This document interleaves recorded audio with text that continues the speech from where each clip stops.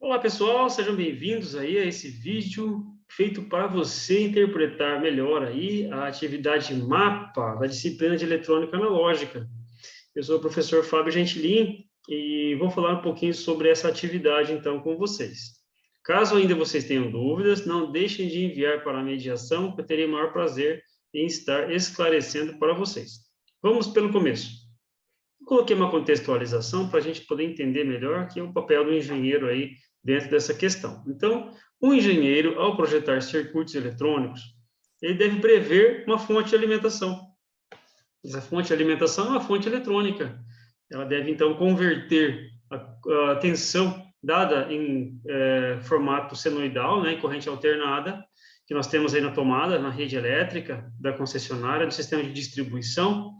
Ela deve converter tudo isso aí para a corrente contínua, né, para que a gente possa, então, alimentar circuitos eletrônicos, né? Então, o engenheiro ele deve prever uma fonte para fazer isso, e, ao mesmo tempo, essa fonte tem que ter alguns pré-requisitos, né, para que nós possamos, então, utilizá-la nos circuitos, na manutenção, nos projetos que nós vamos desenvolver. Então, esse é o contexto. Então, essa fonte de alimentação irá suprir potência suficiente, né, aos componentes, no caso, em suas malhas. Então, mantendo constante a tensão de trabalho para que possam desempenhar suas funções, conforme o esperado, né? Então, você vai fazer ali um teste, vai fazer um projeto, a sua fonte de alimentação tem que ser estável, para que você possa realizar esse seu trabalho, esse seu projeto.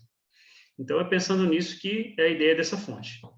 Para isso, muitas fontes de alimentação, elas possuem em seus circuitos integrados, que são reguladores de tensão com valores fixos de saída, como, por exemplo, 3,3 volts, 5 volts, 9 volts, 12 volts. Então, existem muitos circuitos integrados que já fazem esse trabalho.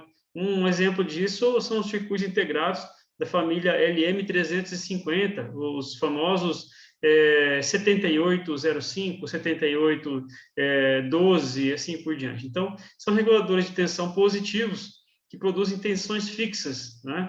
E aí elas podem ser utilizadas dentro dos circuitos das fontes para você ter ali as tensões reguladas. Então, ele recebe uma tensão de entrada de um certo valor superior ao valor de saída, tem que ter um valor um pouquinho maior, pelo menos, do que vai ter na saída, e ele mantém a tensão na saída o mais estável possível dentro de seus limites, salvo suas proporções, né? Garantindo ali, por exemplo, 7805, ele vai garantir ali 5 volts em até 1 ampere de corrente, né? Claro que a tensão de entrada ela não pode ser muito maior também do que os 5 volts, porque ele terá que dissipar uma potência proporcional a essa queda de tensão.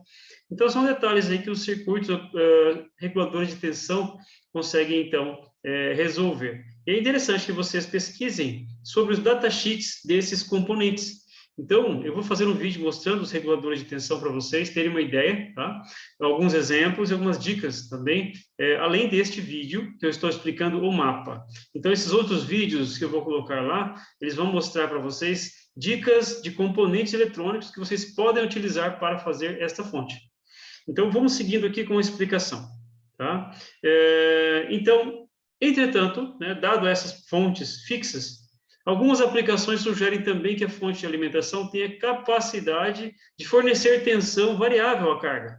Então, às vezes, eu preciso ter um valor intermediário, um valor ali que não está previsto por esses reguladores de tensão. Então, de modo a alimentá-los, né, os circuitos, no caso, com valores diferentes daqueles padronizados, né? 3,3, 5, 12, 9, menos 12, né? Eu posso ter tensões negativas também. Existem circuitos que operam com mais e menos 12 volts, por exemplo, para fazer a alimentação de amplificadores operacionais. Existem amplificadores operacionais que trabalham com alimentação simétrica. E aí, no caso, eu preciso de uma fonte, né? Normalmente nós temos aí nas bancadas fontes que operam de 0 a 30 volts, que é uma faixa muito boa de operação, consegue atender muitos circuitos que a gente vai trabalhar, então já dá para resolver muita coisa, né? Então, nesse caso, precisaria ter uma fonte variável, é uma fonte que permita você ajustar ali uma tensão. Eu quero ali colocar um valor de tensão, depois ir aumentando para ver o comparador do meu amplificador operacional sendo atuado né? Então, eu preciso simular isso, preciso fazer um teste. Então, eu tenho que ter uma fonte capaz de realizar esse ajuste, né? Então, é também muito interessante observar que, principalmente quando utilizamos amplificadores operacionais, é possível que a alimentação dos mesmos seja realizada desta forma, com tensão simétrica, como o exemplo aí da figura 1 que eu fiz para vocês. Muito bem.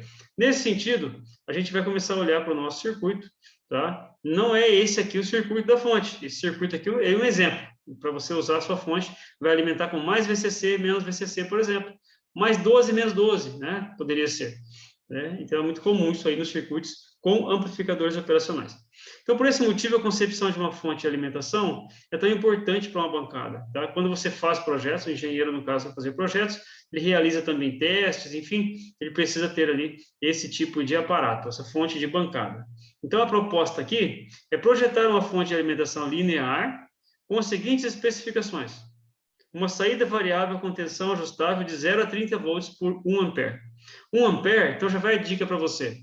Vai ter lá um regulador de tensão, que você pode utilizar nesse lugar aí, que chama-se LM350T, de tatu, tá? Então, pega lá na internet, o datasheet dele e olha para ele. Como que o fabricante propõe que você utilize um LM350T? Ele já vai dar projetos de fonte para você utilizar ele. Então, o próprio datasheet traz isso. Então, aqui você já parte do princípio de uma fonte de tensão ajustável de 0 a 30 volts, 1 ampere. Este circuito integrado deve atender você, tá? Outra coisa, eu preciso que essa fonte também tenha uma saída fixa de 5 volts por 1 ampere. Então, vai estar lá LM7805. O regulador de tensão vai fazer isso para você. Pega o datasheet, vai ler, tá? E na dúvida, procura a gente.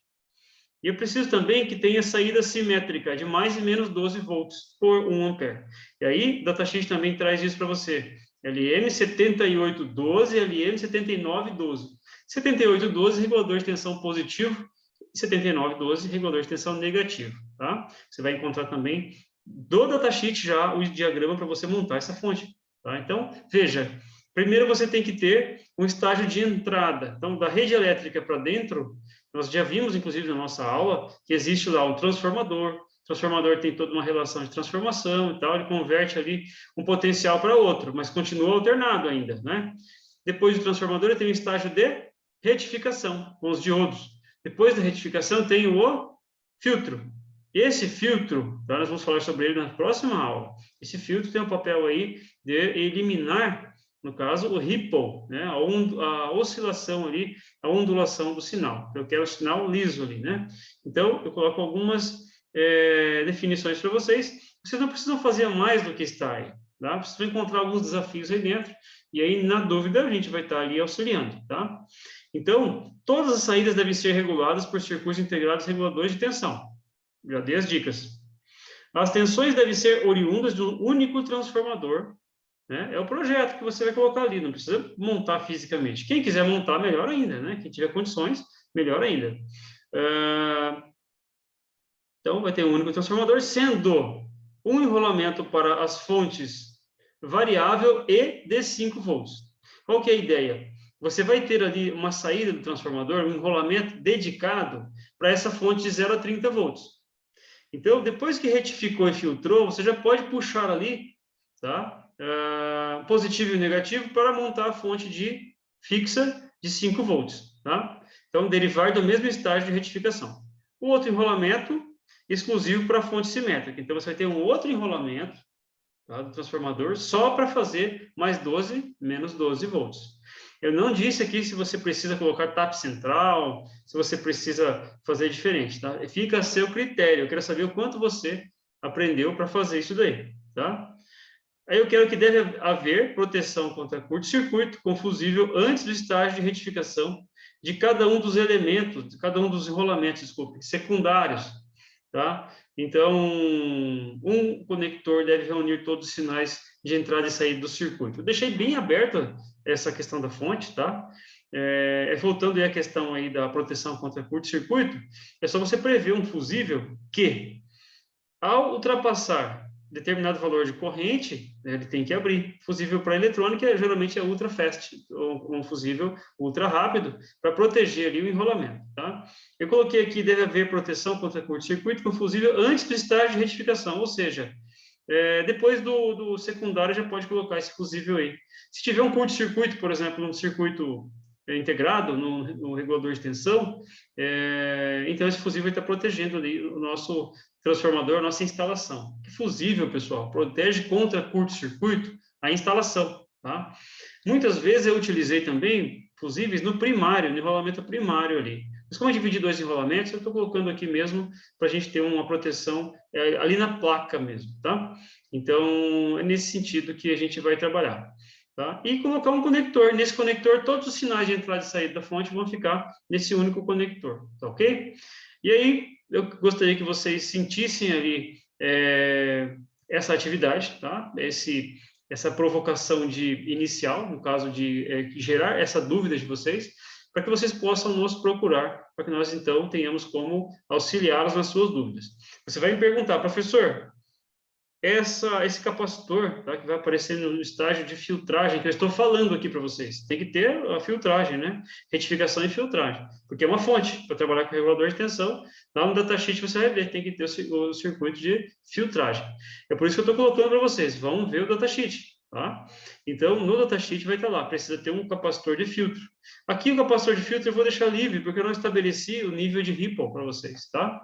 Então, vamos trabalhar ali com um capacitor ali de faixa de 2.200 até 4.700 microfarad, capacitor eletrolítico, com a tensão apropriada para o valor máximo do secundário, nesse caso, né? É retificado, que a gente tem ali uma retificação, então eleva um pouquinho esse nível de tensão ali. Então, esse capacitor tem que ter um valor de tensão adequado. Esse valor eu não vou dizer para vocês, vocês vão ter que chegar nisso daí. Eu vou falar na aula, eu quero saber se vocês aprenderam aquilo que eu estou falando, tá? Então, na aula da semana 3, eu vou levar em consideração um pouco disso aí também com vocês, tá joia? Caso eu não fale na aula, eu vou fazer um vídeo específico, tá? Onde eu vou colocar mais alguns detalhes sobre circuitos integrados.